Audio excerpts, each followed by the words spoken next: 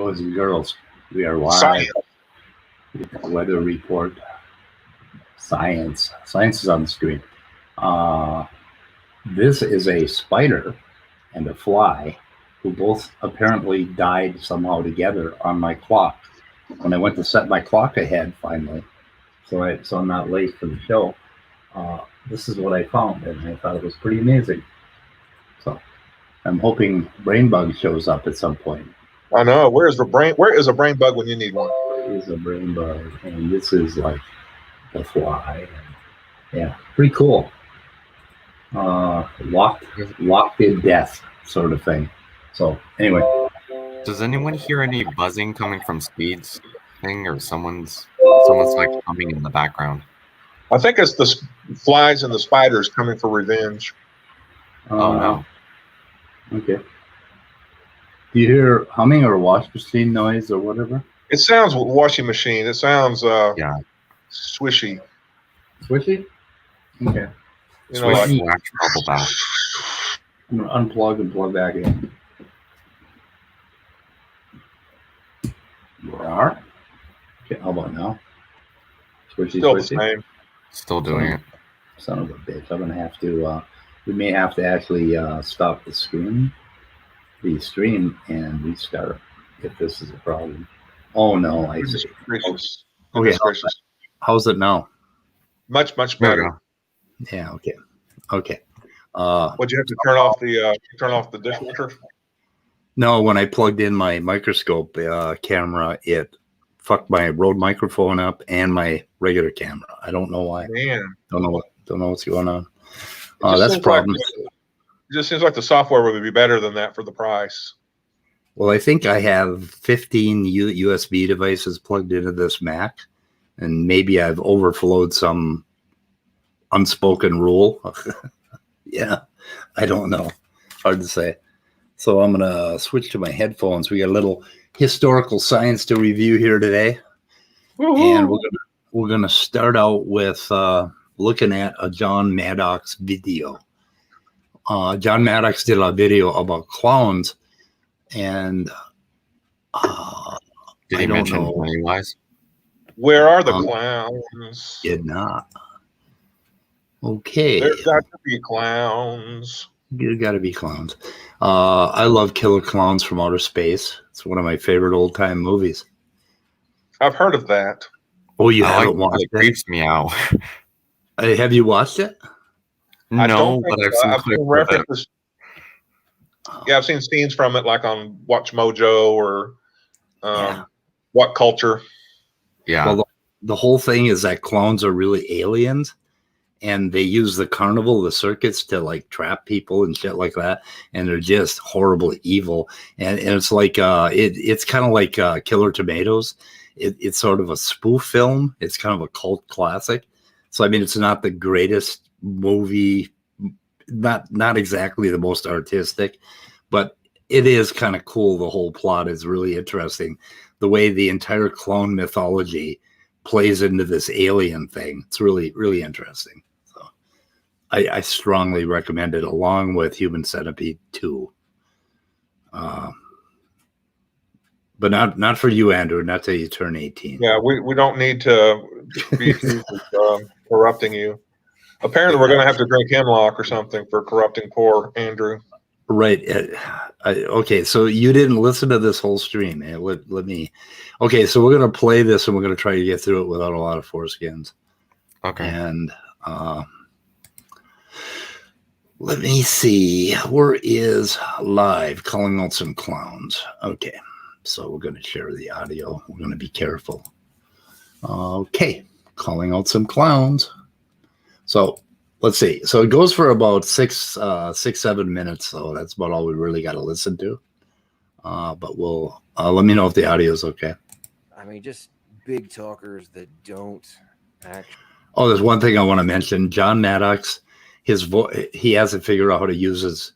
He's having the same problem I'm having, where his microphone switches back to his laptop, and he doesn't realize it. So his voice is low. But can you hear him? Okay. Yeah. Okay. Actually, they claim that we don't back up our positions while they spew some of the dumbest things I have ever heard, while claiming expert status and attempting to perpetuate the brainwashing of kids. So, in this context, for those of you who were around last night and witnessed my interaction with Andrew, today he was over on the Speed of Pudding channel. And while they were going on this whole thing about how he needed a sponsor to keep him from his addiction of interacting with people who live in creation, intelligent design, and such, that they need to put him through a 12-step program. And then they were all talking about how they needed, praise. I think you're in the stream. Jay Pashik, whatever his name is, was talking about how, or Spashcock, whatever his name is, was talking about how he needed a sponsor to keep from going into your streams. It was this whole cluster. But specifically, what's brought all this to why I'm doing the stream right now is CRISPR-Cas9, Mr. Expert, Mr. Researcher, somebody who a 17-year-old boy like Andrew should look up to and respect. And he asked him questions, he should be able to trust in his responses and all those sorts of things. Well, they were discussing this conversation he and I had last night, and Andrew asked him a question. And actually, you know what? Let's just play the question. Let you guys, just kind of decide for yourselves. It's going to get really loud now about the response it's made. We could probably go ahead and go for it, Andrew, if you want to talk. Oh, okay. So CRISPR, one of the things we talked about was the supposed distinction between historical. Okay. Okay. Got to make sure that my mouse and keyboard are on the right computer when I try and. It's just a nonsense. I'm guessing you personally don't see any distinction, right? Okay, I'm rolling. I'm rolling through this because we don't, we know what the conversation was, right? That's okay with everybody. Yeah. Or does it? Okay. Well, yeah. I mean, right now, what does that even mean? They said something along the lines of if it involves inference or if it's not. You just heard CRISPR just claimed that it's not a real thing. There is no distinction, and denied any and all ramifications of experimental versus historical sciences. I find it interesting that Mr. Educated, I work in the lab, big talker, doesn't know that it actually exists. And what's ironic is it only took me about 30 seconds to be able to find what was necessary to just kind of put the Evo atheists in their place. He's putting me to sleep. Both ignorance, and then it comes down to the whole point of this. Okay. So I'm guessing that if you Google cows wearing socks, that you'll find about 1 million hits, right? Probably. So I mean, like his proving that something exists is his Googling it and getting hits, and so he got these hits. So let's just say if you Google cows wearing socks, I hope there are 1 million selections. Oh yeah, definitely. But I mean, you could Google, purple unicorns wearing dildos out of season, and you'll find something, right? Right. I mean, it's like no matter what you Google, you're going to find it. Anyway, so he found this paper, and this is by Ron Gray, who we checked out, and he's an actual legitimate educator. Yep. And Ron Gray refers to another paper to another guy in here called John Rudolph, who's also a legitimate educator. And John Rudolph, we drilled down. He wrote a book report on a book on creationist science versus evolution, which was also done by a legitimate historian of creationism, right? And so all of these people are none of them are creationists, as it turns out, that John Maddox came up with, right? So, but he tries to make his point here, and let's see, we're at 6:50, so we don't have too far to go. So, anyway. Wait, Speed, before you, just want to let you know that CRISPR and creationists are here. Okay. FYI. Okay. Yes. I could open it up here at some point, but we don't want to get confused just yet. So we want to go through this. Okay. So So he shows this paper a distinction between experimental and historic science, and what they're saying is that that we should not just deny this out of hand. That we should explain to students how evolution works and the theory, and explain it to them well, and talk about the differences between how you do historical science and how you do empirical science. But I think the better part is yet to come. So anyway, so he shows this paper, and he'll find his cherry pick quote from it. And then he does something to show us that he doesn't cherry pick, which is kind of funny. Dream, which is, so CRISPR, are you ignorant? Are you a liar? Or are you just a perpetuator of known propaganda in an attempt to extenuate the brainwashing of the youth of the United States? Or are you just incapable of comprehending this for yourself? So Notice how smug he very, sounds. very rapid search. Yeah, the thing is that CRISPR is legitimately an expert in this field, and I believe he publishes. And he won't tell us who he is, but he's somebody to reckon with. And he's calling him a so-called expert, and going on about this stuff. Like John Maddox, Uber driver from bumfuck Tennessee, or wherever the fuck he lives, basically is so much more educated than CRISPR is. And don't these guys ever look in the mirror and talk to themselves? I mean, Jesus Christ.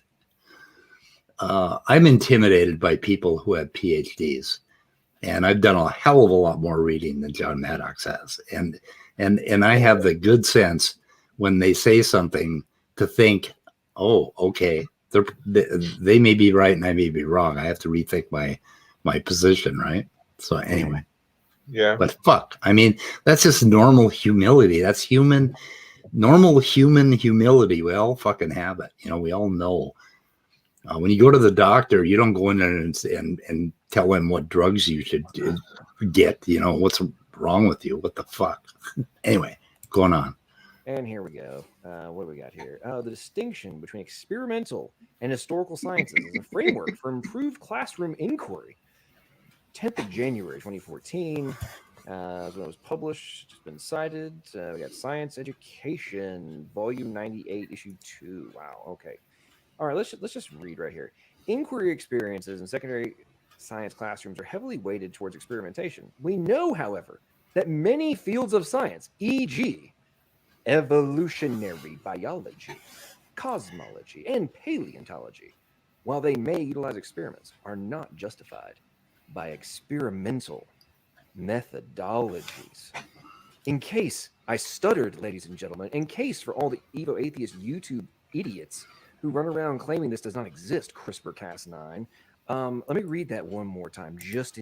Okay, don't, please. But anyway, I would disagree with that statement. And I'll talk about why later. But you were incapable, or maybe your cognitive dissonance is so high you didn't understand what experimentation. We know, however, that many fields of science, e.g., evolutionary biology, cosmology, and paleontology, while they may utilize experiments, are not justified by experimental methodologies. What is a methodology? Is that like something you make in a meth lab? I think so. Methodology. How you extract meth from sinus medicine or something. Yeah. Okay. Know how much more direct that A, there's a distinction, and B, the one that's being discussed the most, actually two of those, all three of the ones issued are recognized as historical sciences. Fascinating. All right, okay. So, can I say something? Yeah, here's the fun part is coming up now, and we want to listen to this because this is where John Maddox picks the wrong cherry. Oh, yes. Okay, go ahead, Andrew. Oh, well, I was just gonna say, like, if actually, I'm gonna wait because it might be more relevant to that. But go ahead. Okay, so this is where he picks the wrong cherry, and I think this is pretty cool. Do one more just so they can't say, "Oh, you just cherry picked one citation." So let's go one more, and Let's see. Oh, the methodological and epistemic differences between historical science and experimental science. Oh man, this is September 2002. Published by the University of Chicago Press. I believe, I'm trying to see where it was, but I think this was cited like 300 sometimes. It was published in the, I think, Philosophy of Science Journal originally. Yeah.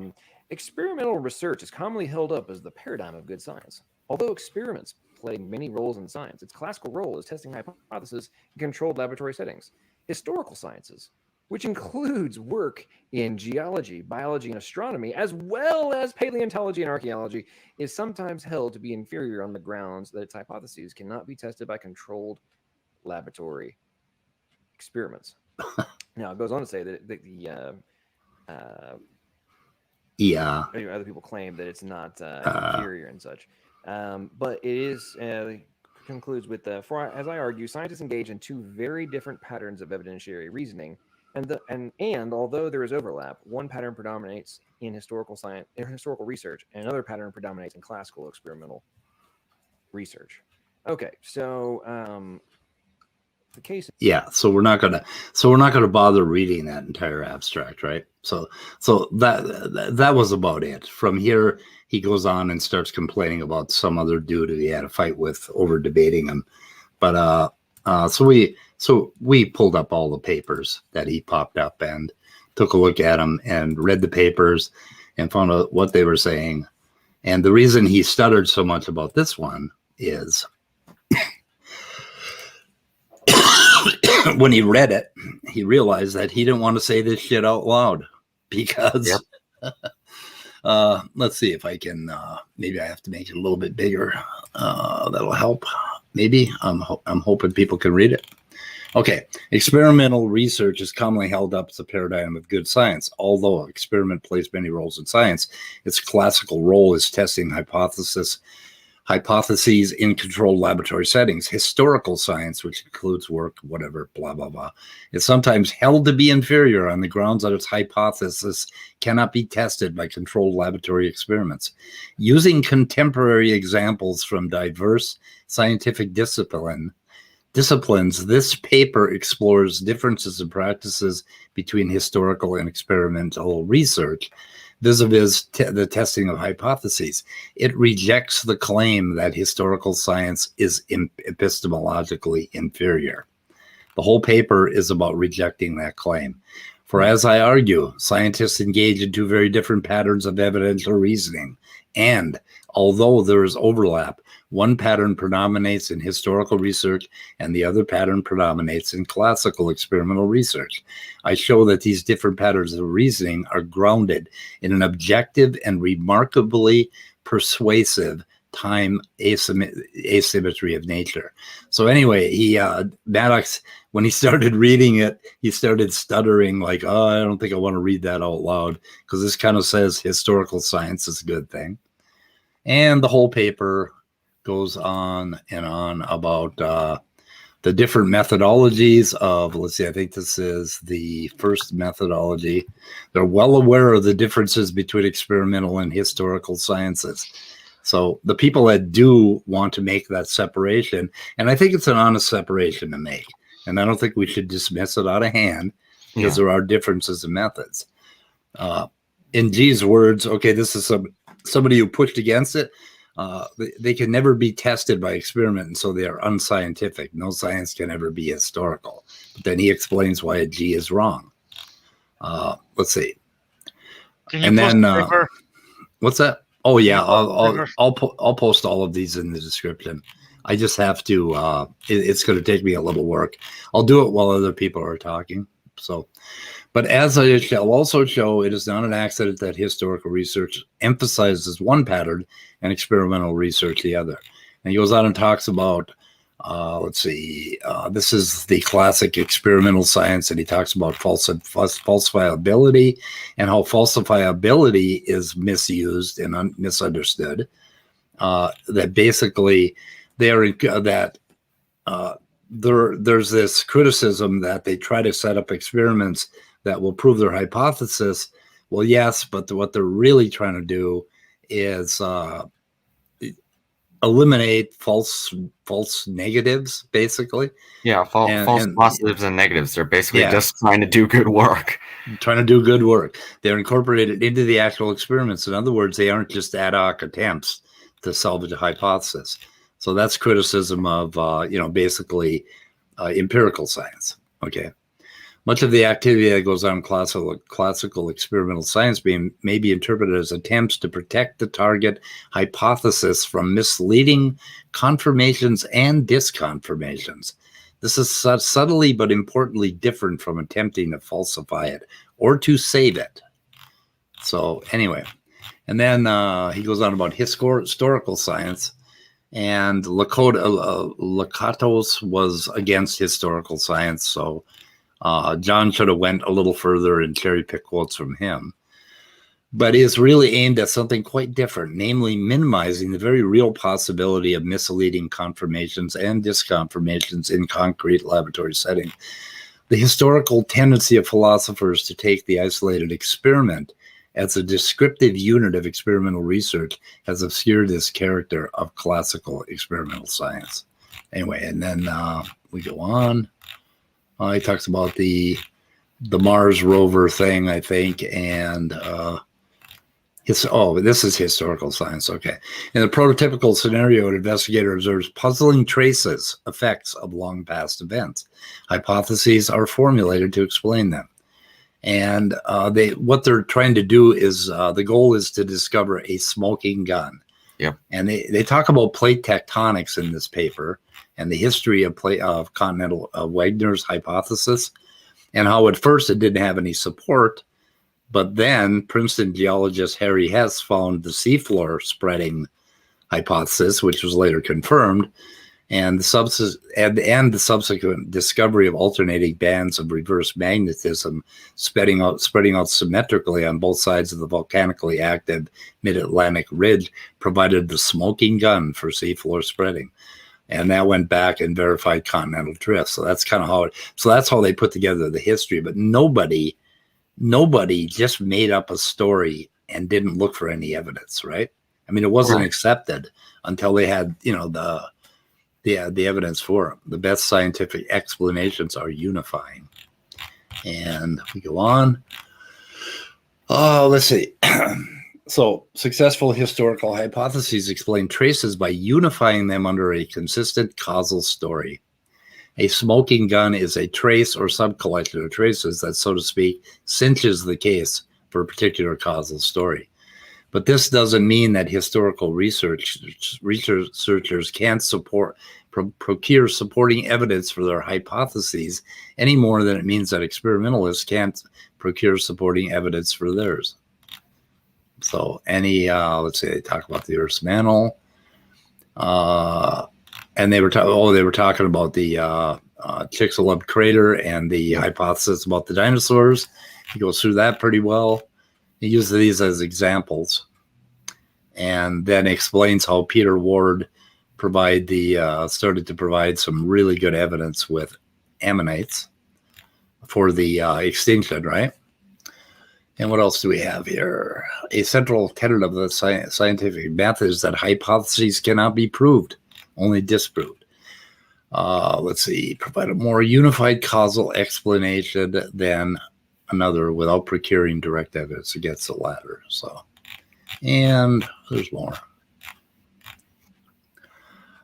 Speculation of life goes back 3.8 billion years, and he makes a really interesting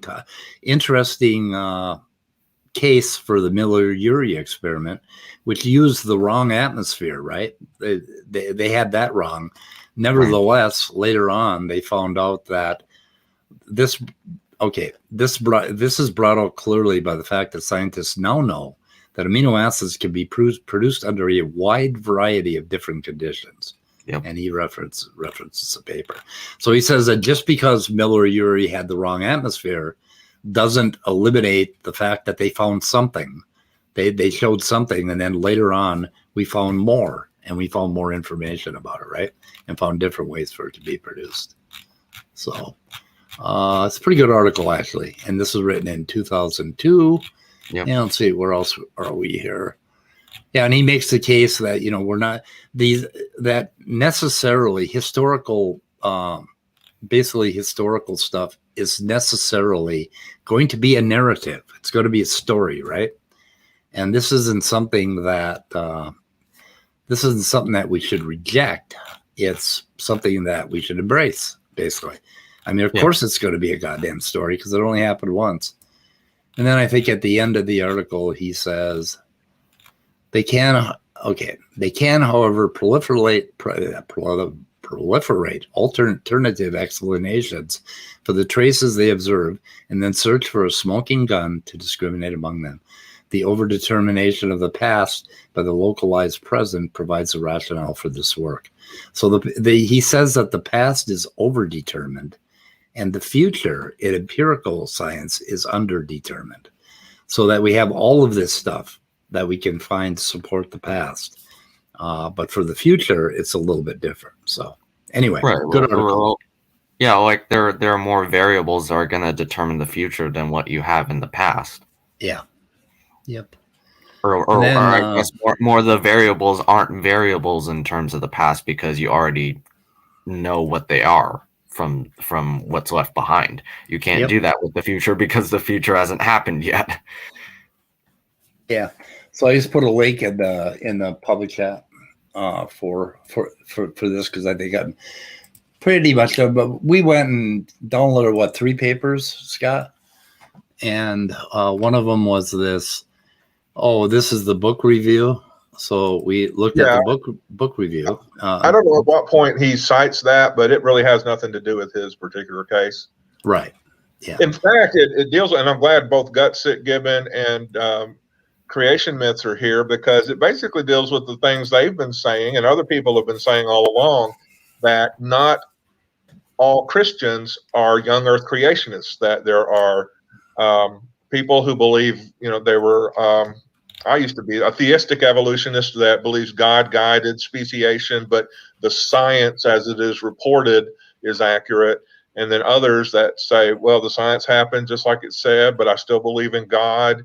And he mentioned Ken Miller and Frank Collins and people like that. And he basically put young earth creationism in a small corner in the way he was reporting on them. And the book reviewer agrees with the author of the book Creationism USA, and says that in schools, people are coming out with a bad idea of what evolution is anyway, whether you are a believer or not. And that the answer is to teach evolution correctly, as in terms of what the consensus is, and other people, as far as their beliefs, do with it what you might. Yeah. So this book, I think I have a link for the book too, but anyway, people could read this later. But go ahead. Sorry, go ahead. The author of that book, I'll give it. I'll find the curriculum vitae he has, but he writes on a very, very interesting topic. He writes, his specialty is the history of science education, and he writes about the various sociological and political influences on educational methods and educational curriculums. So it may sound a little dry, but it's actually a very intriguing area of study for people who want to teach students about evolution. Yeah. And here's the book right here, 1999, and it's by Adam Latz, 2020. So it's a pretty new book. So anyway, and it looks like a pretty decent book, and it makes interesting case for remaining agnostic, about, worldviews and stuff, and just teaching evolution as well as you can, and trying to, and I think, and this is not our fault, but when creationists ask us about pond scum to people or whatever, okay, and they want to know the mechanism, we are obligated to tell them what we know about those mechanisms, right? And that's kind of what you're doing, Andrew, with the embryology stuff that we started on, that this mission we have embarked upon to show how morphology can change with mutations, particularly in those regulatory genes or regulatory parts of the genome. So anyway, they have a right to ask that. But the problem is that when they go pond scum the people, they've give us a pretty fucking big job, right? I mean, they've given us a 4.5 billion year history that they want us to put together in a live stream while 6 of them are yelling at us, right? And moving the goalposts all over like Otangelo loves to do. And I see him in the chat, and I'm sure he's already running around with the goalposts from 4.2 billion years ago to the present. But anyway, but we are obligated to try to do the best job we can to show why it is that we believe that evolution happened. And I believe it because of embryology and because of genetics and because of what I know about molecular biology. I believe it's possible. And the only opportunity we're going to get to educate people or to put that information out there in the public is not going to be had by going on their channel and talking to those fucking idiots. Did I call them fucking idiots? Yeah, that's exactly what I meant. They're fucking idiots. and they're not going to give you a chance to talk. They're not going to give you a chance to explain anything. And if you do actually explain something, they're not going to hear you. They're going to just discard it. And they're might even block you. They're going to brush it off. Or block you, yeah, one or the other. So anyway, my hopes for this channel is to put out that kind of information and to show some of those mechanisms, particularly with embryology and all of that. So anyway, but that book is good, and let's see what else. And we pulled up a whole lot of stuff on. We checked these people out. This what's his name, Ron Gray, and the other one, John. And they are legitimate educators who work in Michigan, a pretty conservative state where there's a lot of fundamentalist Christians and other kinds, and they understand the problem. I think one of them works in Wisconsin. Yeah, in Wisconsin. The other one is in Arizona. So what they're trying to do is basically they're just making recommendations for education and how to get around these problems and how to address that there is a problem, that there, and that's why I don't have a problem with saying there's a difference between historical and current or empirical science. Even though when you think about it, sometimes, very oftentimes, most of what we do as human beings is we do historical science on a day-to-day basis. When we go outside and there's a branch laying in our yard or a window's broken or whatever, we engage in historical science, and we do it very well, and we can find the causes for things. Well, that's kind of what it's about. Anyway, I'll shut the fuck up. Do you think Randolph will have to wrestle a bear today in his backyard? Oh, a polar bear. Oh, come on, bring it on. Somebody's going to make a video about this one day. I'm sure of it. Randolph, I would get 1 million views if a polar bear attacked you and ate you. Yeah, or a brown bear. Y'all have brown bears too, right? Yeah, I was going to say, why do you keep going to polar bears just because he's in Canada? Like, you're more likely to see pretty much any other type of bear on the planet other than maybe panda bears than you are a polar bear in Canada. That's true. Yeah. I like unless you're up north, but yeah, like if you're way up north there, yeah, I'm not that far up north, Yeah, but people like polar bears a lot. They got a lot of love, right? And it'd be better if a polar bear ate you, Randolph. Who knows? We might have somebody. It'd be better if it didn't eat me in your backyard. I wouldn't mind seeing one. I just don't want to be eaten or slashed by it. It just. By the way, better for who? You or my channel? Well, your channel would still get plenty of views if a polar bear didn't eat me and it still showed up on the screen. People would say, "Whoa, look at that polar bear!" Yeah, that'd be cool. You'd do just as well, I'm sure of it. Yep. By the way, Speed, I'm sharing the screen. Are you? I'm sharing the screen too. I'm tempting Brainbug. I'm tempting him. Oh yeah, Brainbug. Look at that. Look what I see. Look at that guy. And you know what? You got to tell Brainbug what it is and get it slightly wrong, and then he'll come on and correct you. Oh, yeah. I don't know what the hell this is, but I found it on my clock, and it's a spider that attacked a fly, and then they both died, and I don't know why. Anyway, so it's bad food, huh? I don't know. It's pretty interesting. But that's what happens when you set your clock ahead for, daylight, whatever the fuck it is. I saw that as well, Leo. We did that a few days ago. Who saw what as well? Oh, I was just saying, I was looking at that earlier as well. Well, looking at what earlier? I'm not on the StreamYard link because I'm sharing my screen. Oh. Historical science versus experimental science. This is from the National Center for Science Education. Okay. And I wanted to read, it's a bit... there's 3 paragraphs here, but it's from a philosopher of science, Elliot Sober, and just let me read this here. The division between nomothetic and historical sciences does not mean that each science is exclusively one or the other. The particle physicist might find that the collisions of interest often occur on the surface of the sun. If so, a detailed study of that particular object might help to infer the general law. Symmetrically, the astronomer interested in obtaining an accurate description of the star might use various laws to help make the inference. Although the particle physicist and the astronomer may attend to both general laws and historical particulars, we can separate their 2 enterprises by distinguishing means from ends. The astronomer's problem is a historical one because the goal is to infer the properties of a particular object. The astronomer uses laws only as a means. Particle physics, on the other hand, is a nomothetic discipline because the goal is to infer general laws. Descriptions of particular objects are only relevant as a means. The same division exists within evolutionary biology.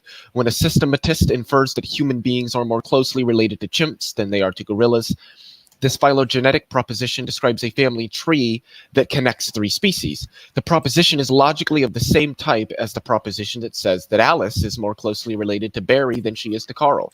Reconstructing genealogical relationships is the goal of a historical science. And this is just actually a really good entry to read from the National Center for Science Education on historical science versus experimental science, what each one is, and that they're not 2 distinct methods, and that they both utilize oftentimes the same methodologies, although there are methodologies that do differ between the 2. Oh, sorry. I was just going to say, I can link this in the private chat and in the YouTube chat.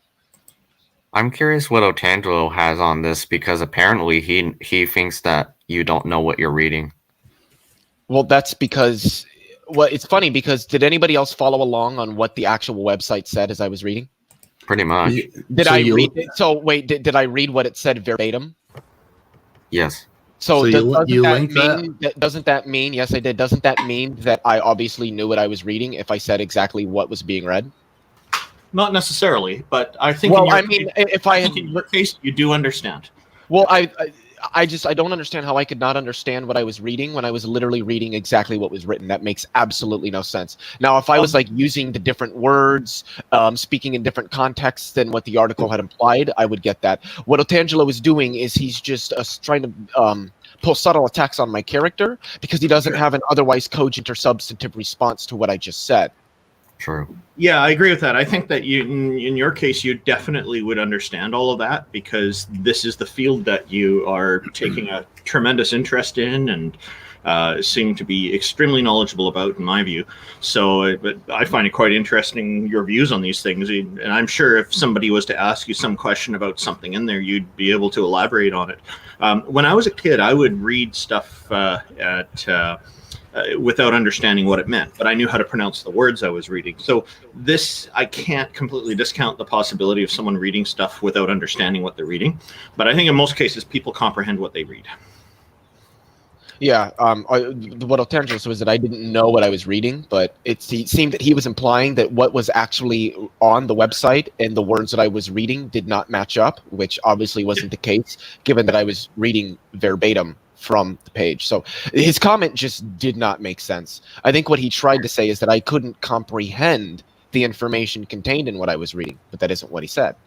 I think Otangelo is in a mood right now to try to antagonize people, because in the chat earlier, I suggested people should upvote the video, and he said he purposely downvoted it to antagonize him. I think it's hilarious. He probably downvotes all the videos anyway. It doesn't matter to me, right? Okay, wait a minute. Okay, if people don't, they don't. It's not a big deal. It's whoops! funny. I laughed at his comment. Otangelo just lost his wrench Oh, why did he lose his wrench? because he Why downvoted does he my have video. one? Why does he have one to begin with? Like, if you want Make links sure from him, of just speed tell of him to sound. start emailing them to you. Speed of sound to cover yourself. Make sure you showcase on StreamYard here his comment where he said he downvoted it shortly after the one I posted with all the happy faces earlier. When I Okay, let's see. I'll try to find it. Yeah, you gotta have that supporting evidence. I do. He'll be demanding it later if you don't. Okay. I'm trying to Use find his it. own words against him. Okay, here we go. Okay, so you just There lost you your go. wrench, dude. And feel free to showcase my comment after that when I reply to him.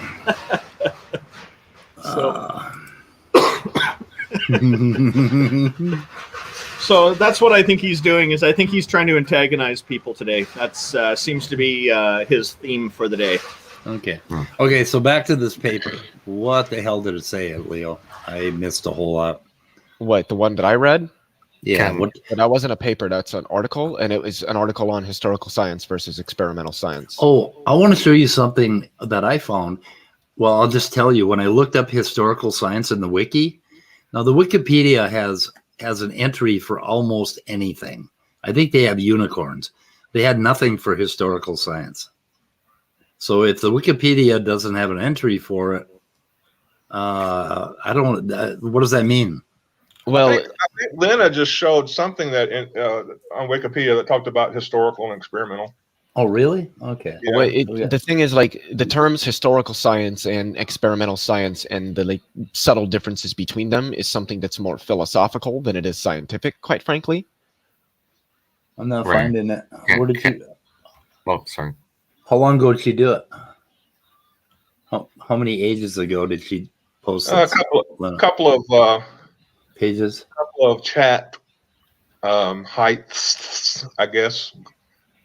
Okay, answers and atheism, StreamYard. After my StreamYard thing, you think? Or come on, Lena. You want to post it again, Lena? I can't find it. Can I It was also? after you showed the video, I think. I did want to share my screen again because I found. Okay, I found a really cool paper by. Actually, is this the same exact paper? It's the same person. Yeah, but I don't- yeah, that's the same one I just read. Carol Cleland, and just this from the abstract. I don't know if you read this. If you did already, I did. you can stop me. Many scientists believe that there is a uniform interdisciplinary method for the practice of good science. Stop you. We went over this entire paper. Did you read the abstract? We Yeah. read the entire abstract and we read tons of highlights from the paper and talked about it. So I can't find Lena. Goddamn, So you can read the find part it where for it me, says Scott? that so far as historical hypotheses cannot be tested in controlled laboratory settings, historical research is sometimes said to be inferior to experimental Yes. research. Using Yeah, weren't examples you- from diverse were you historical not- disciplines, this paper demonstrates that such claims are misguided. Because that Were was you really not? Were you not paying attention? I might have been downstairs. Okay, we went over this extensively. So Yeah, anyway, we went over it because Maddox read that. yeah, Maddox pulled that abstract up and he started reading the abstract. Then he started stuttering because he didn't want the words to come out of his mouth because he's such a goddamn poser. You know, just like what a poser you are, Maddox. Lena Can I- just posted what she had said earlier from Wikipedia. So it should just be like 4 panels or 5 panels up. Well, Lena, don't you have a wrench? Why don't you have a wrench? Lena, you need a She wrench. changed her name. She went from Lena Pope to Lena, but the Oh. Lena never got the. So she lost her wrench. Okay, historical Lena Pope, science. right? Yeah. The only thing Wow. on the Wikipedia is a definition. Okay, let me show it to you. And that was my point. They don't even have an article on it. All right.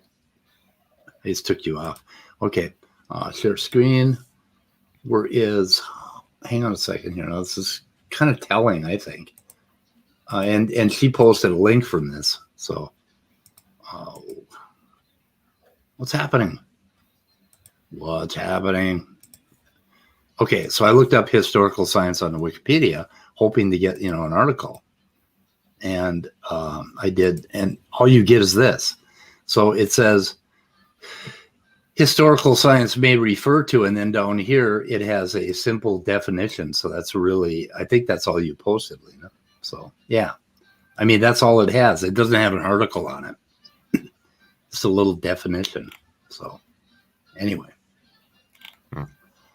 we have no page on it. So interesting. If the Wikipedia doesn't have a page on it, I safely say it doesn't exist. Well, is it in that article on science that is linked to? History of science. Well, no, the second one says a science which refers to records or whatever. Oh, let me see where that goes. Oh, that's just another definition of what science is. That just goes to the definition of what science is. So it doesn't give you anything else. Can I or make a comment on something Leo put up earlier? Yeah.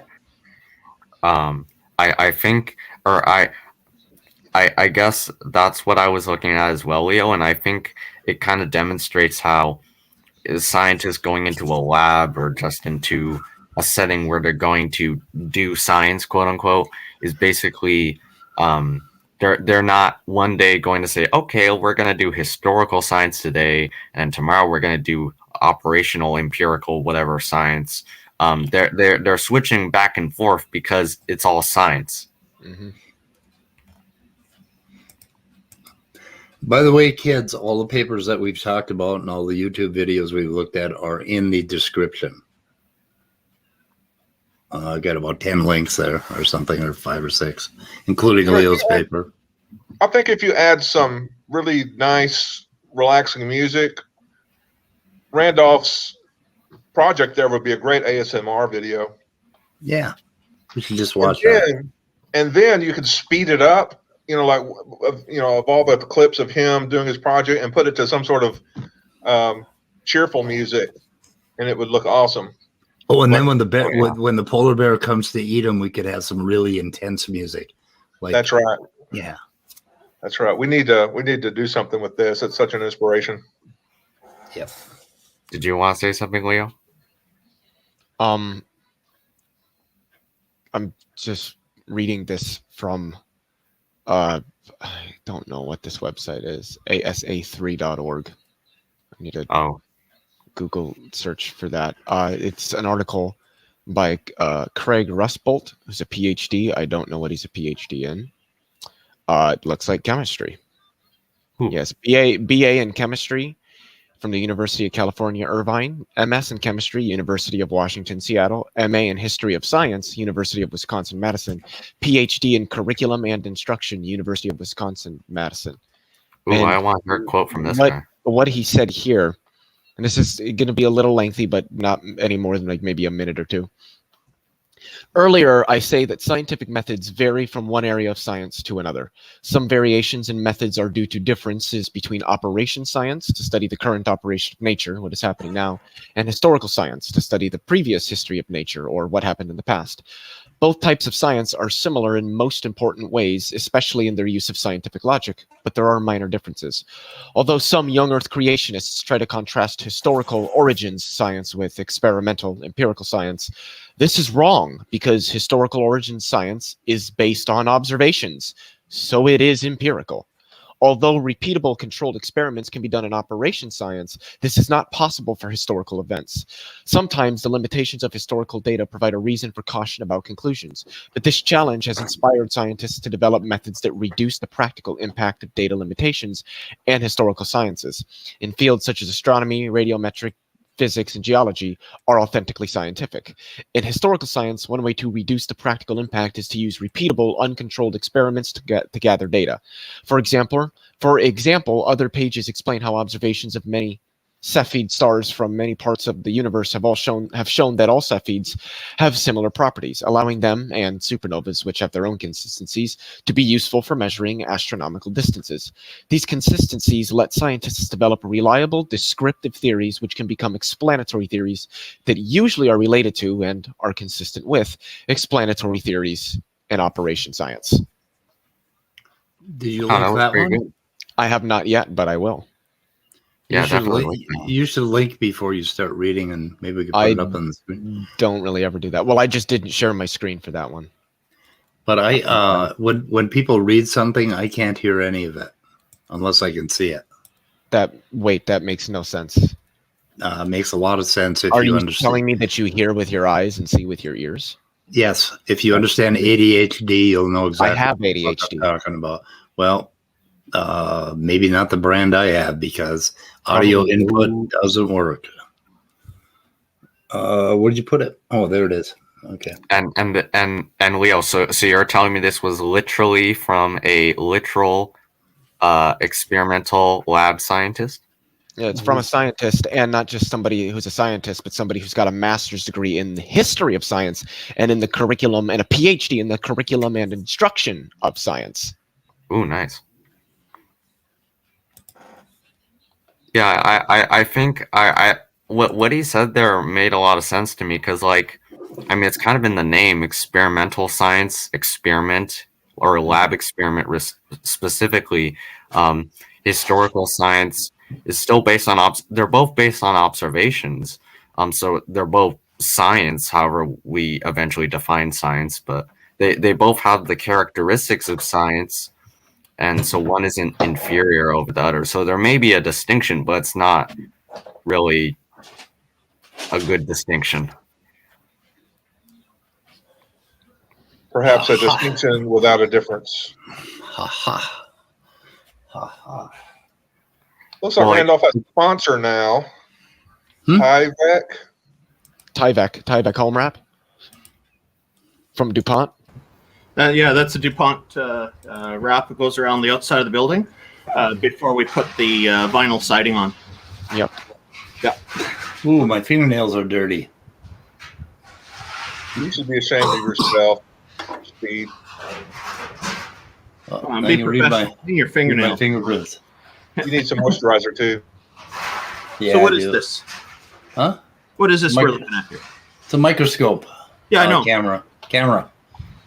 So basically, oh, this is somebody's hand, is it, or some food? Oh, that's my finger right there. Yeah. So, yeah, this is a piece of clay that I use to mount stuff, and it's got slides underneath it, so I can slide them around.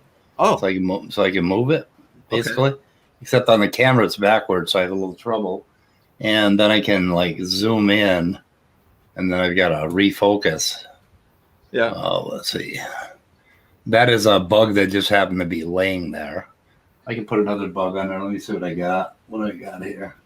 Oh, I got some interesting shit here. This one flies? Or used to? Huh? This one used to fly? Here's something. Let's see. What is he? Well, we got to go down. We got to go down and find him. Got to go find that guy I just put in. That dude. I don't know what that is. Well, I like Brainbug's comment to Angelo Grasso. He says, watch the first Thor movie, but replace the hammer with the wrench. You will understand. My bugs are desiccated. These are from last summer. I've had them laying around, so they're looking a little gnarly. But Brainbug can probably help us out here. Oh, yeah. Oh, let me see. Where the hell did you go? It's a little hard to find sometimes. There she is. Okay. Now we'll amplify it. You a beetle? Yeah. Turn down the light a little bit. Yeah, got the auto exposure on. Yeah. I gotta move the auto exposure down here. Okay, hang on a sec. Oh, I gotta move it on the right thing. Oh, it's not working. What the hell's happening with auto exposure? Because you've got the auto box checked. You have to turn off the checkbox. Then you'll be able to adopt it. Oh. Yeah, there you go. Now you can probably change it. Yeah. Probably need to fix the game. Where'd my box go? No, now I don't get a box. So, change the game. Change the game. Try the game. Hang on a second. Let me crank this down a little bit. There you go. Well, okay. That's pretty good. Yeah. Yeah, that's pretty good. So, and then let's see if I can look at his back a little better. So the microscope itself is like twice the resolution that you're seeing there. The microscope is really good. The camera sucks, so I'm disappointed with it. Let's see if I can crank them up some more. Whoops. My auto exposure is not working. I don't know why. If I turn it off, exposure target. Okay. Sorry about the background noise. My neighbor's doing stuff too. Let's see. When it warms up, those Canadians, they are outside. Yeah. Oh, I was out in the rain doing this. Now the sun's come out. It's very nice. Mm-hmm. Okay, you've got to stop the show right now, Speed. What? Peter has just posted a link to a hilarious and entertaining video starring Randolph Richardson. Ooh. And a polar bear? No polar bear, but it's still pretty entertaining. Damn it. Do you see it? Gonna go for it at 2:55 p.m. Yeah. 2:55. Okay. I look forward to seeing this. Oh, well, we should all go over there and watch that, I think. So that would be cool. Gonna go for it. Okay. Open link in new tab. And then we can get back to real science after that. Yeah. On a bright sunny day. Oh, it's only 5 minutes. Okay. Has he already posted this? Is this an upload or is this? Yeah, this is an upload. I have no idea. I don't know if I've seen it before or not. So, Peter, do I get to show it? Are you gonna give me a copyright strike? Peter won't do that, I'm sure. Okay. So. Oh, this is an earlier video from the True North Talk channel. Okay. Should I play it? Anything embarrassing? It's fine with me. It's on our channel. It's fine. Oh, nice. Oh, I think he put audio on this. You need to turn the audio on. We can't hear the sound. Oh, you can't? Why? Nope. You'll love the audio. Oh, okay. I forgot. I know this video is hilarious. Yeah. Okay. I'm sorry. I forgot to click the goddamn little share audio button. Okay. Share. Yeah, my neighbor's cat is in my yard, and she's a lot fatter than she used to be.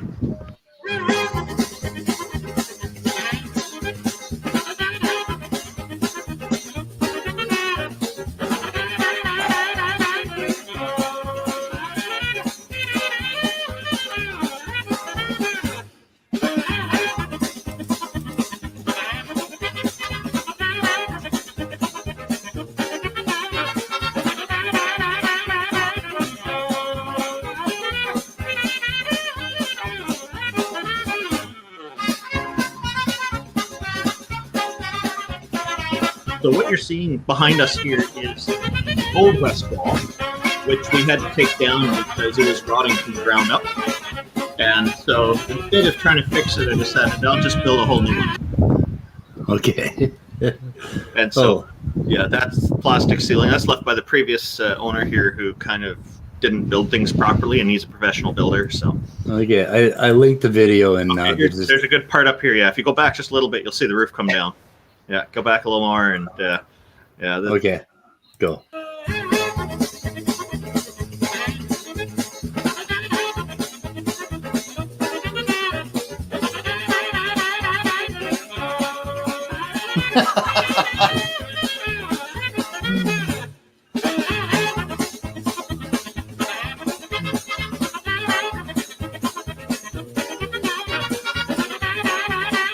That's the big exciting part here. Okay, cool. Yeah, basically this is the destruction phase early on before I started building stuff up. So okay. Linked in the description, boys and girls. To this. And thanks for that, Peter. We just wanted to say that was fantastic. Yeah. The construction workers' free guides to living. Hit it with a hammer. Use a toolbox. Don't hit it with a hammer. Maybe. I don't know. Yeah, that's basically how it goes. Yeah. So brain bug, Elonium SB, perhaps. Right, back to science now. Okay. Okay, Elonium. I don't know. I'm gonna go look that up. We'll see. Yeah. So what I'm gonna do from now on, instead of spending hours on Google, is I'm just gonna show my bugs on the screen while brain bug is here, and he won't be able to. And then particularly if I just like make up a random species so I'm wrong, he will love it. I mean, he'll correct me. You want some creative Photoshop stuff to tease him with? Oh, he's here. He's hearing that. That's not going to work now. Oh yeah, yeah. Well, we'll talk backstage. We'll come up with something. Let's see. Polonium. Okay. Anyway, that's all I got, guys. I don't know.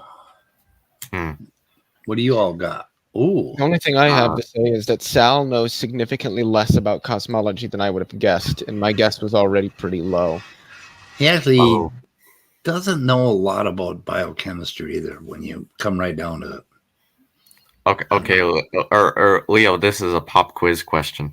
Okay, so from your chat last night, what would you say is the dumbest thing Sal said about cosmology, or the that we don't know if the cosmic microwave background is actually cosmic? And I asked him, okay, provide me a model that better explains why it is uniform in temperature in every single direction we could possibly look in, and why it exists in every possible direction that we could look in, and why it's been that way for as long as we've been looking at it. I didn't provide that. He didn't have an answer? No, of course he didn't, because they don't have models. They don't have answers. They just reject the current science and insert their God into the gap they created just so that they can put their God into it. Shock. I found out Emory, apparently Emory has published papers, which I know he's a graduate student, so I'm not going to say that he hasn't, because I'm fairly charitable. I do know Sal has at least attempted to. So there were two guys that have actually published or attempted to publish peer-reviewed research, but I was the one that had to explain to the entire panel what peer review means. They were literally saying, this was probably just overall the dumbest thing I heard, is that, well, because the people who are peer reviewing papers are anonymous, therefore we can't trust it. What? Because the people who peer review papers, and when CRISPR hears this in the side chat, he's probably going to die of laughter, because the individuals who engage in peer review are kept anonymous. Therefore, we can't trust peer review.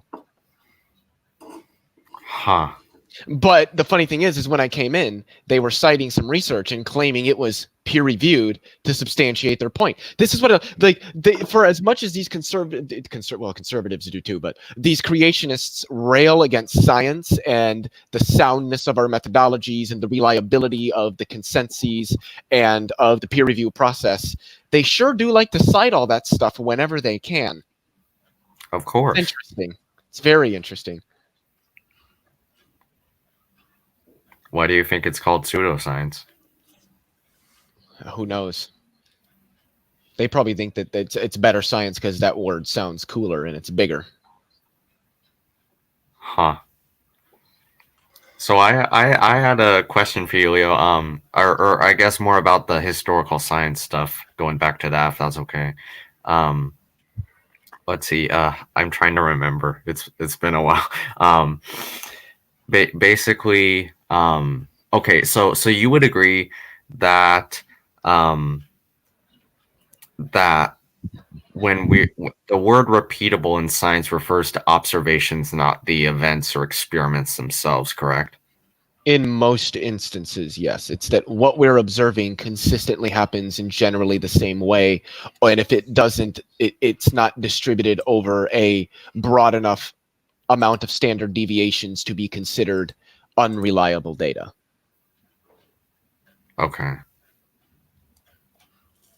And this is where statistical analysis is just, if you don't understand statistics and statistical analysis, just don't ever try to talk about science, because people don't realize, especially with results, confirming results through repeating them, observing the consistency, the level of consistency. When we talk about the confidence that scientists have in things, sigma 3, sigma 4, sigma 5, all of this deals with things like probability, statistics, standard deviations, all of that. And so when you get people like Otangelo who don't know anything about statistics, talking about science and statistical aspects of it, all I can do is laugh. Because when they open their mouths to speak, they demonstrate their ignorance. And I can't remember exactly what I said, but when I texted Immutable and Speed and a couple others about me going in there, he said he loved that I said this, because Speed said, what is this shit about the cosmic background radiation that they're sputtering about? And I said, honestly, who knows? None of them know enough of what they're talking about to make sense. And that's the truth. They're so uneducated or undereducated in the particular within the specialized topics or fields that they're speaking about, that you can't even make sense of what they're saying. You have to sit there and be like, okay, what did you just say and what do you mean by that? Because this is so vague and so misunderstood. I don't know where to go with it. I have a question then. Is it bad that I only have a basic understanding of statistics and science? No. It's a good the difference statistics between pretty someone important. The difference between someone like you and Otangelo is you recognize where your shortcomings are and you work to better them. Otangelo thinks he already has it all figured out and doesn't need correction from anybody, even people who have literal fucking PhDs in fields that he has no formal education or training in at all. True. And he's not the only one, by the way. I'm not targeting just Otangelo here, or it shouldn't be construed as that. This applies to pretty much all of them. And any of these creationists that do have relevant degrees in specialized fields are still wrong about what they're saying in those fields. This is where you know that a lot of these people only got their credentials just to be able to say that they have the credentials, not to actually engage in honest scientific inquiry. Well, isn't it also funny that and like a person's credentials aren't the best argument against them, but like isn't it funny how whenever you look at creation scientists, basically pretty much none of them have the relevant credentials in evolution or paleontology. Dr. Dan brings it up all the time. You'll have geologists talking about chemistry. You'll have chemists talking about geology. You'll have astronomers like Jason Lyle talking about biology. You'll have biologists talking about the astronomy. It's nothing but one big argument from authority circle jerk. But another thing you'll notice about most, I wouldn't necessarily say all, but certainly most creationist scientists, because let's be honest, a lot of these people are engaged in research, although they're obviously biased in it, but they are technically scientists. They're just really bad scientists. But you'll notice that they tend to work at third-party think tanks and institutions that are specified to specifically creationism or intelligent design. They very rarely work for reputed research institutions or reputed academic institutions.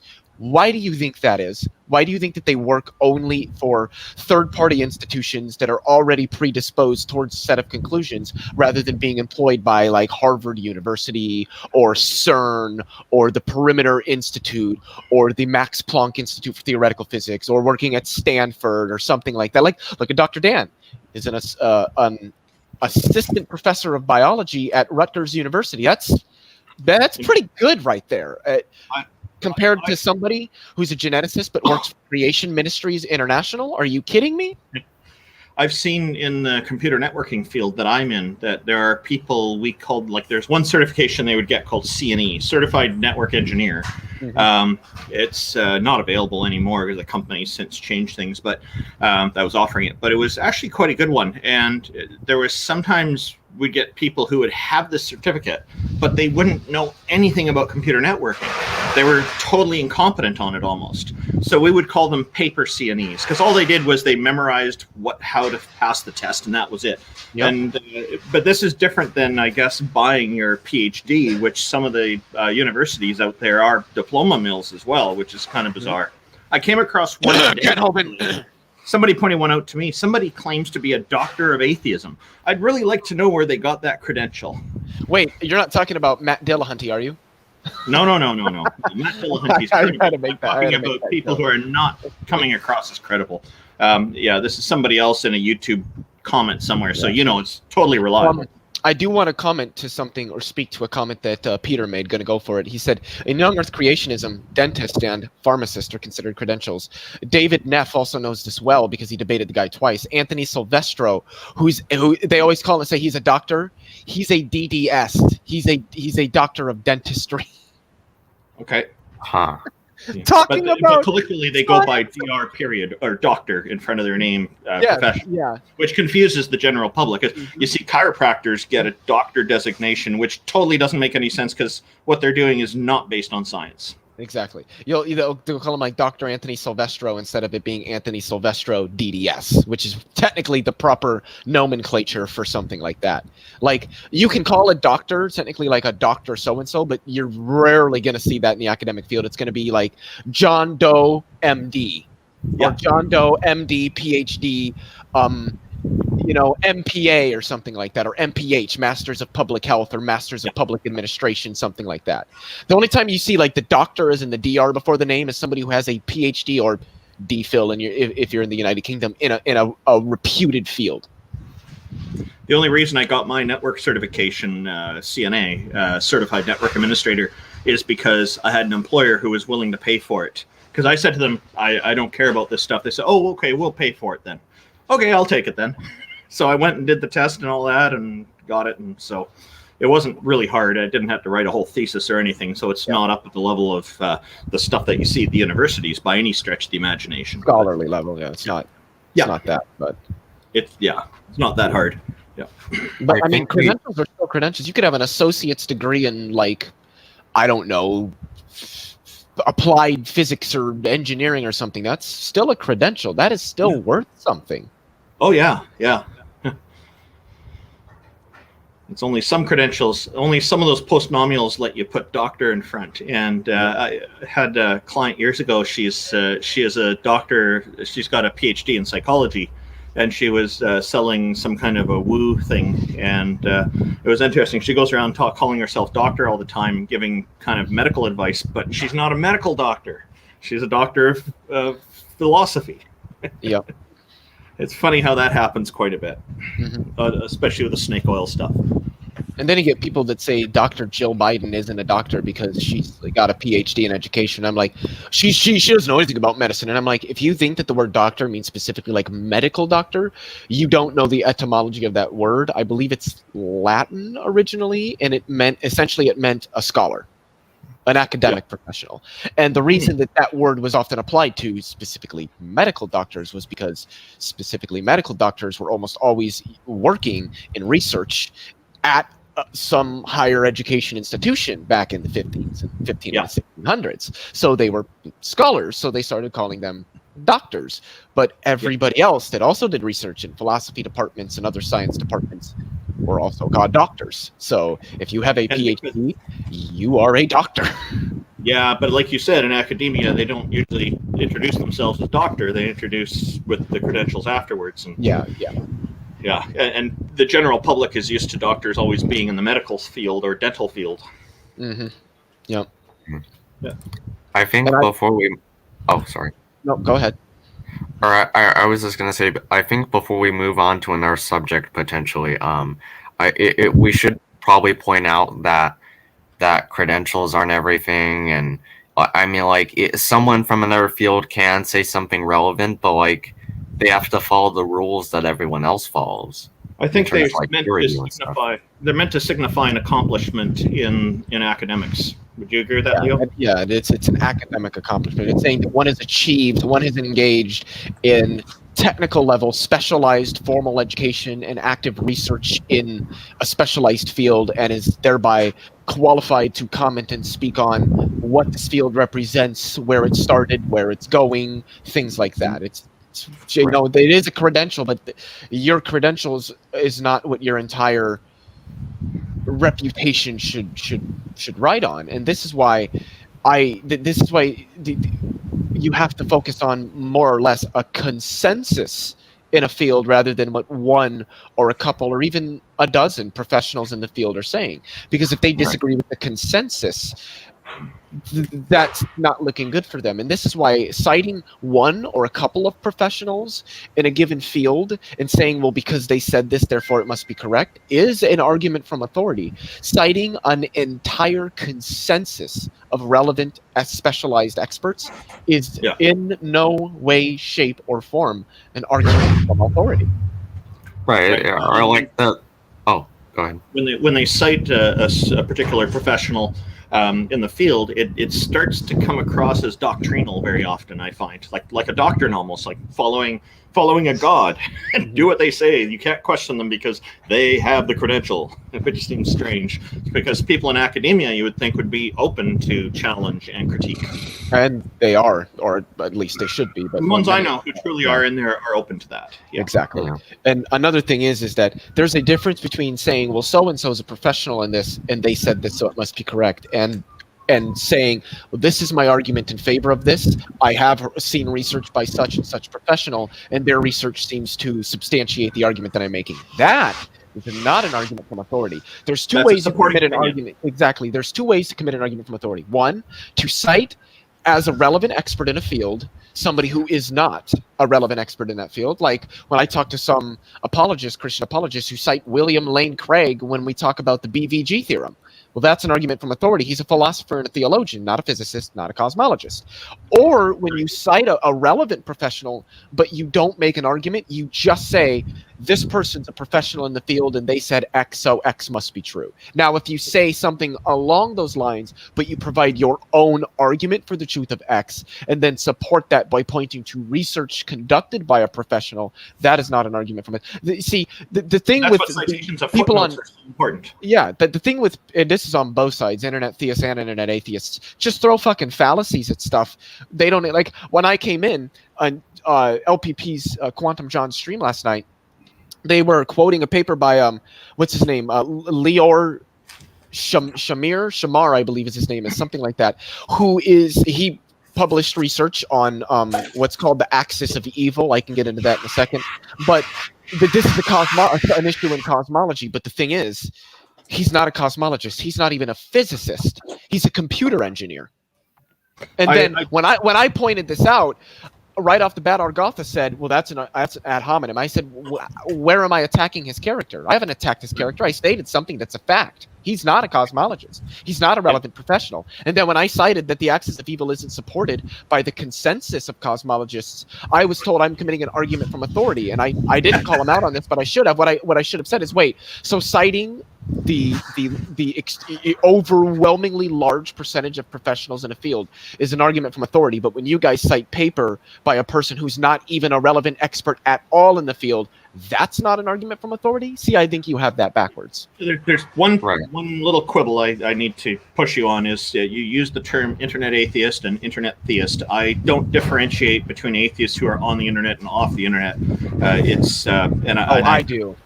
And the reason for that is that the people that I deal with generally in real life who are atheists, when I speak of internet atheists, I speak of more of like the younger atheists that are sort of like, I do it the same thing when I talk about online leftists, that it's not that they actually aren't atheists, it's that they seem to talk about it more for the fad than actually because it's a fundamental part of them. And I'm not saying, like I said, it's not that they're not actually an atheist, but that they seem to their atheism seems to stem from, well, atheism is this new fad, just like with the online leftists, like, people like Jimmy Dore, people like Brianna Joy Gray, that seem to be a leftist, or that their leftism is rooted more in this, well, it's a fad, it's cool and hip to be a socialist, and I'm down with it, yo-yo, rather than actually understanding socialism and arguing in support of it because you have an understanding of what it is. I think a better term would be aggressive atheist, because your experience differs from mine. I find lots of atheists on the internet are not like that. Well, I mean, same with me. And I find some in real life are, without any activity on the internet in this area at all. So I do think that it's a characterization that for me doesn't work, and that's why I'm quibbling and pushing back on it a little bit here. That's fine, but I talk about internet atheists, I'll talk about internet leftists. These are just a bunch of young Zoomers that got into something because they think it's a cool, hip, new fad. They don't really understand anything about its foundations, or in the case of socialism, Marxist theory or anything like that. They don't understand the philosophy. They don't understand the science, and they don't really care. They just, I'm hip and cool because I'm an atheist or I'm a leftist. So part of what I'm trying to do is to normalize all this stuff, and I feel that those kinds of prefixes, unfortunately, don't characterize things properly, because there's nothing about being on the internet that makes a person aggressive, and that's basically the crux of why I disagree with you on this point. But that's okay. We can carry on. We should probably stay focused anyway. I'd like to, you mentioned consensus, Leon. I'd like to provide Thank you. maybe not a relevant analogy, and it's probably been cited by, or it's probably been already credited to relevant experts and stuff like that. I can't remember exactly who, but I'm just gonna take my own spin off of it. Say you have your car breaks down, and 95% or so of the relevant auto mechanics say that it's the engine that's malfunctioning, basically, while only 5% say that it's something to do with, I don't know, some other random component of the car. I'm not a car expert. Who do you trust? Like, if you don't have any expertise in a subject, like, you're not gonna, you should always take it with a grain of salt, of course, and take it as a tentative conclusion, but like, you're going to trust the consensus. Do you think that's kind of a good analogy for this? Oh yeah, it's the same thing that Obama said. I don't even remember what the study was on. I think it had something to do with was he addressing vaccines? But this was back when he was still president. I can't remember the context of what it was, but he said if you went to 100 doctors, 99 of them told you had cancer. One of them said, nope, you're fine, go home. Who are you honestly going to believe? Right. Well, creationists will cite a consensus whenever they think it supports their position, but anytime it doesn't, they just reject it because they know the consensus isn't on their side because the research doesn't support their conclusions. And this is where statistics factors in so importantly. Now, of course, the opposite to consider is if 99 doctors told you don't have cancer and one does, and they all have training in this kind of thing, is that sufficient to probably look into it a little further and maybe do a specific test for that kind of cancer just to be sure? Right. So it works both ways. And then I'll also go, well, the consensus has been wrong in the past, and that's just a genetic fallacy. The fact that a consensus has been wrong before does not mean that it's wrong now or that we should expect it to be wrong now. Also, it does not mean that had you lived back during those times when the consensus was different than it is today, it still would have been reasonable for you to consider what the consensus is saying because they're still the professionals and you're still not. Right, and the one other thing... one of the key points is that with the scientific arena is that things get updated, whereas when you look at like Holy Scripture, it stays the same and it's always stick with tradition. The old people knew more than we do and all that kind of nonsense. And in science, we're willing to update and change that. That doesn't mean, like, a lot of the time it gets mischaracterized by the religious apologists as, see, that proves science is wrong all the time. It keeps getting things wrong. And, well, religion hasn't gotten everything right either. Yeah. And the thing with science is that if you want to get rid of what science is now, what do? You have to get better science. So, and that's the thing is that as we advance scientifically, the likelihood of a consensus being wrong or misled by data drops considerably as we move forward. We establish things more and more, and so the consensus there start to remain more firm, kind of like today. And that's why, oh, well, they've been wrong in the past. Cool, genetic fallacy. You got something better? I would just characterize that slightly different, is that seems to be the case. Yeah. What do you mean? Instead of it definitely gets better, I would say it seems to be the case that it gets better. Well, I would argue that definitively science gets better. Like with atoms, there's never going to be a point in the future where it would be wrong to say this phone is made of atoms. Now, we might get a better understanding of what atoms are and how they behave with each other and how they make gloriously beautiful backgrounds on phones. But nice it will always be true, no matter how far in the future we go, that this phone is made of atoms. The thing is that I do understand what you're talking about. There is a natural rational empiricist was trying to say something. Sorry. Yeah. Okay. Oh no, Leo took the words out of my mouth, but go ahead, Speed. There's a natural conservative bent to science, basically, which means that the old established is going to take a little while to chip away, and that's the way it should be. My bad. When you said conservative, I thought you were thinking politically. I was going to say, wait, whoa, back up here. But you meant the broad sense of the term, yeah. Okay, Andrew, go ahead. Yeah, or I think like another quote from like Max Planck or I don't remember. Plunk, or I don't know exactly who, but he said, someone said this, that like theories die one generation at a time. And I think that in some sense, at least, that's the case here. That's a little too critical, I think, because if enough people come up with, like, look at the soft tissue thing, basically it changed things and changed what we looked for, but it took a little while and there was a lot of pushback, but it yielded within 5 or 6 years. That wasn't a whole generation. So I think they meant like it like generation as in the generations of scientists who are looking into it. Yeah, well, I think science will be convinced if enough papers come out, and enough work is done. It's just that the first paper that comes out, everybody says, "Nah, I'm going to look at this," right? That's what I meant. Yeah, which is what thinking people do.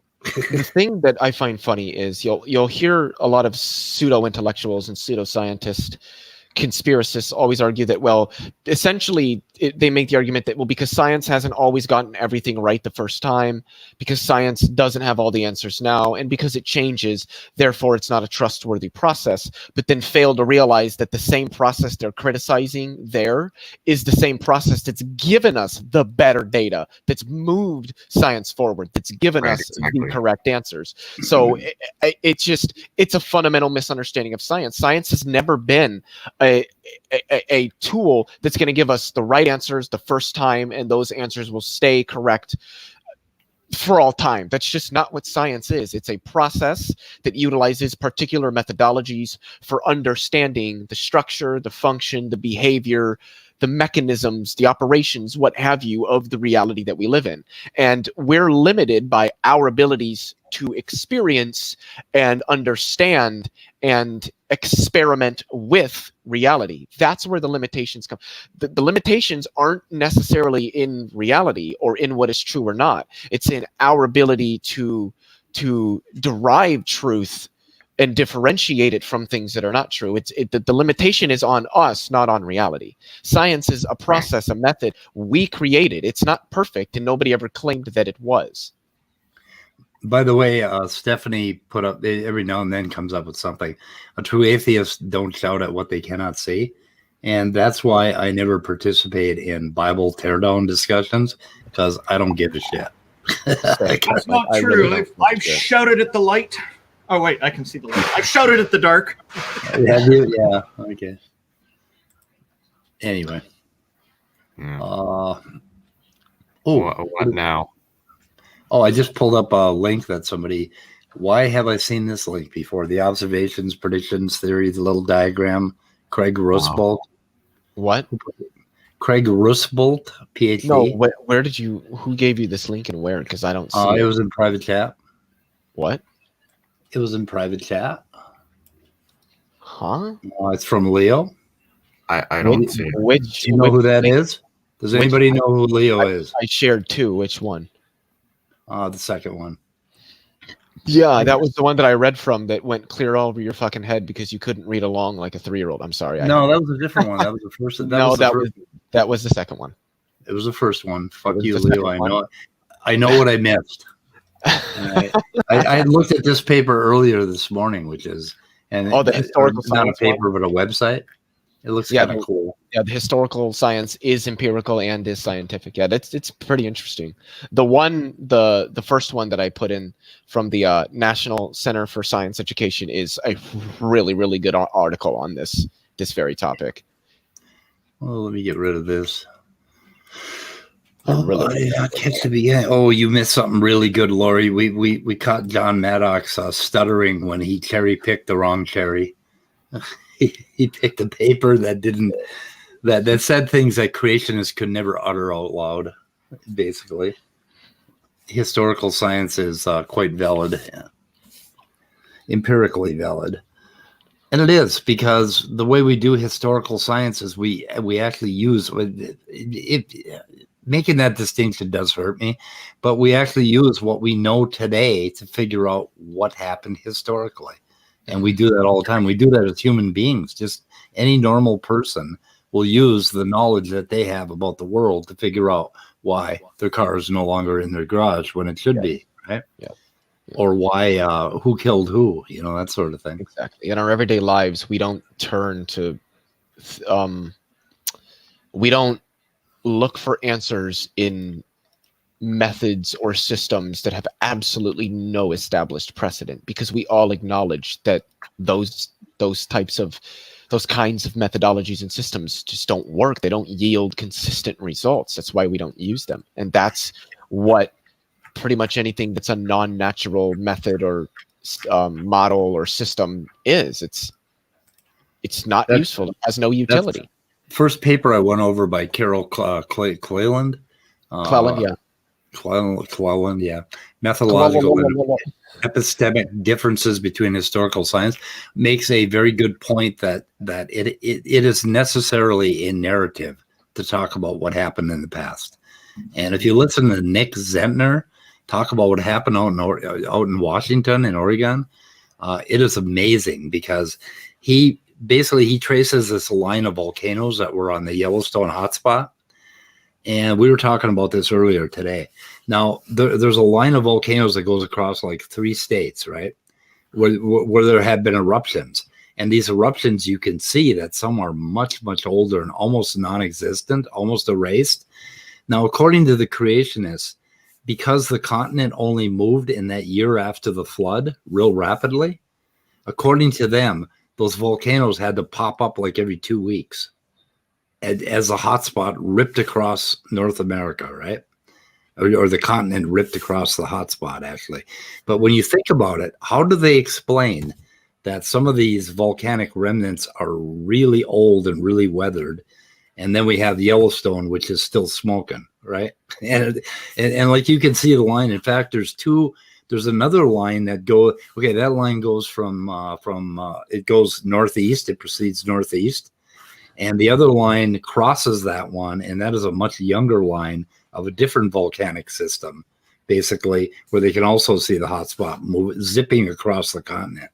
And if you listen to creationists, when do they think those fucking volcanoes happened? Were they like bing, bing, bing during the flood? I mean, what are they even talking about? But if you follow Nick Zentner when he talks about the history of the West Coast, it is really difficult to maintain a 6,000-year-old Earth or a flood narrative. It doesn't fit out there. It only fits in the Grand Canyon. That's why they always want to talk about the Grand Canyon, because they have a little story for the columns, right? Yep. Yeah, they don't talk about the ghost volcanoes The ghost that are out there, made of the same material, yet somehow Mount St. Helens and Mount Rainier were all made at the same time, but some of them were down, at the same time. So yeah, it just doesn't. And some of the ghost volcanoes are between Mount Rainier and Mount St. Helens, in places where they just don't exist anymore. Yeah, and you can still see them. I wish they'd talk more about beer volcanoes, but that's flying spaghetti monster territory. Yeah. Yeah. I mean, you can still see evidence of them. Obviously, they're not mountains anymore, but you can see the granite remnants of them. Yep. Mm-hmm. So did I? Did I link your second paper? I hope I did. Mine? Yeah. Did I? Yeah, you did actually. I put it in the description. Gutsy Gibbon, Erica's in the site chat. She's been doing some gaming videos and stuff, and I was really excited until I found out none of them are RuneScape. What the fuck is she doing, guys? I don't know. I want to see her PK some noobs. If you got time to play games, you got more time than I got. She must have finished her thesis conclusion, don't you think? If she's playing games. Yeah. Well, it's only been like 2 or 3 streams. It's not. I've updated everything. One of them was on a weekend. No game well, Leo. She can't game well. That's what I'm saying. Play RuneScape. RuneScape isn't hard. Yeah, they won't talk about New Zealand. They won't talk about Minnesota. Minnesota has some very interesting geology that couldn't possibly have happened during the flood, especially those iron ore deposits. Iron ore.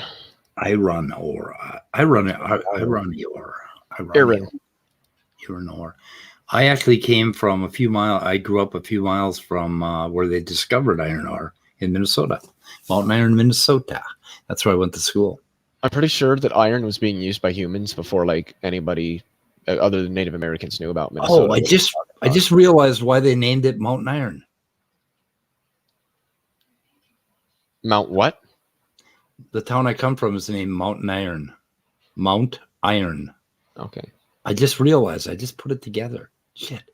You know, when you grow up in a place, you don't ask questions. Didn't you work? Did you work in a mine or had I some did. in your family? Yeah. Okay, I couldn't. I worked at taconite and iron ore mines. The later iron ore mines, not the early ones, but the taconite mines and pelletize or the taconite plants and all that stuff. But yeah, I'd go down in these deep, deep holes in the middle of the night in a truck, and once really ripped on acid, and it was fun. That was the night of the flood. We had a torrential rainstorm, like 6 inches of rain, and I was down in this pit, you know, like about 2,000 feet below the surface, an open ore pit, going down in this truck with these real strange looking men, and I was really, really quite stoned. And and there was water flowing, like big waterfalls flowing into this pit, and they have to pump it out all the time, you know, otherwise it fills up. But it was just incredible. It was an incredible journey. That was let's see, my job that day was to be a shovel or no, a drill helper. So I didn't know what a drill helper was. So these drills basically that drill into the earth and to plant the explosives are the size of a large house. So it's a machine on caterpillar tracks that's as big as a large house, and it has a giant mast and it has a big drill. Well, these drills work on oxygen and kerosene. So they blow out oxygen and kerosene and they melt the rock beneath them, right? And so I get into this building, right? And I think, oh, this is going to be a cushy job. And the guy tells me to go out and light the drill. And so he gives me like this striker, right? Like a striker to make sparks. He tells me to crawl under this fucking beast of a machine and find the drill head and strike the striker, right? And so I struck it. And oxygen and kerosene makes a really big, loud noise when it ignites. Like boom, and I came flying out from under that drill, and of course he's laughing his ass off because he knows that I'd never done this before, right? But it was like, holy shit. And of course I had quite a bit of LSD. Wow. Yeah, good story. Cool story. Yeah, you always get a good story. Oh yeah, I've always been more in the psilocybin than LSD personally. Heroic doses? Heroic? Where's Kafai today? He's not here. I don't like do that because I think that's just ruining your experience. Well, yeah, that would be pretty fucking dumb. You know, it's like drinking. If you drink 3 quarts of whiskey, you aren't going to have much of a party. You know, exactly. You're going to spend it in the emergency room. Yep. Anyway. Get the good old stomach pumped. Okay, boys, I think we're going to wrap it up today. What do you think? Sure thing. Shoot it in the head. This was a good episode. Very educational. Yeah, we got to look at some rocks and some bugs and some papers, and I think we covered the historical. And okay, for John Maddox, yeah, okay. I'm very interested in historical science, particularly around the area of biogenesis and evolution, and nobody here is denying it. So, does John Maddox actually like watch your videos? Have you figured out whether he? Well, yeah, he did a response last night right away to the thing with Andrew and CRISPR. So like you can tell he like watches majority of like the whole video. I don't know if he watches the whole thing. Well, all I was gonna say is that because if he ever sees this, John, dude, why are you being such a little baby? Why won't you have a discussion? Maybe he'll join the debate. I straight up told him in his stream. He might try to hook us up, so we're talking. I straight up told him in his debate that like, I'll debate you. Naturalism versus intelligent design. Let's do it. Yeah, why is he afraid to come on our channel? Why is he afraid? Because he knows he would get shut the fuck down if he ever came here. Yep. That's why you never see. Honestly, Otangelo is the only one out of that group that I ever actually see going into atheist rooms. And I give Otangelo a lot of credit for that. Yeah, praise I am that I Yeah, am really. once in a while. Very, very rarely. Yeah. Yeah. And it's usually only like if there's one or maybe two, maybe three at max in the room. But like we've got 5 people in here. None of them had come in here. Not a single fucking one. Obviously, Ocampo would. I'm not including him. But John Maddox uses the phrase a lot. Logical, probable, plausible. Logical, plausible, probable. Yeah. Okay. LPP. Lil PP. Little people. Yeah, he's got some kind of system for his way of thinking by the sounds of it. It's just a little unclear. It doesn't work very well. Okay. It doesn't. But what that tells me is he's put quite a substantial amount of effort into it because he seems to keep pushing this theme. So Oh yeah. I give him some credit for that. That actually reminds me. The last thing I want to say, and then we can get out of here. From last night when I was in there was. We were talking about, and I'll explain it at some later date, but we were talking about the axis of evil. You can just search axis of evil cosmology and learn. You can read the Wikipedia article, but the most recent entry that talks about its confirmation that was added probably by like Rick Delano or Robertson Genis or one of their fucking ilk.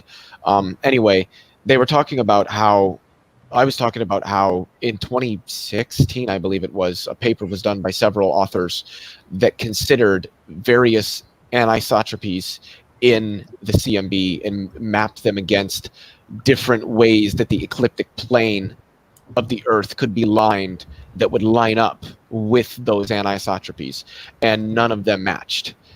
Really? That's what they were talking about. What he was saying was that, well, this paper is from 2020, and he asked me the question. So if they utilize, because we started getting into like methodologies and everything, and he asked me if they utilize different methods and get different results, is it okay for scientists to do that? That was essentially the question that he was asking.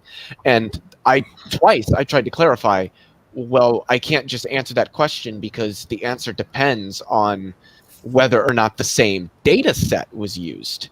So did they use the same data set? And the second time I asked for clarification, he kicked me out. And the reason I asked that is because the data set that Lior used was not the same data set that was utilized by the authors in 2016. Yeah. Anyway, Randolph, John Maddox does not pass the Turing test because if you learn 100 phrases and words like logical, plausible, and probable, and premise, and a few other things, you can actually create a robot that delineate. Don't forget delineate. You can't tell the difference between Maddox and a robot, so he doesn't pass the Turing test.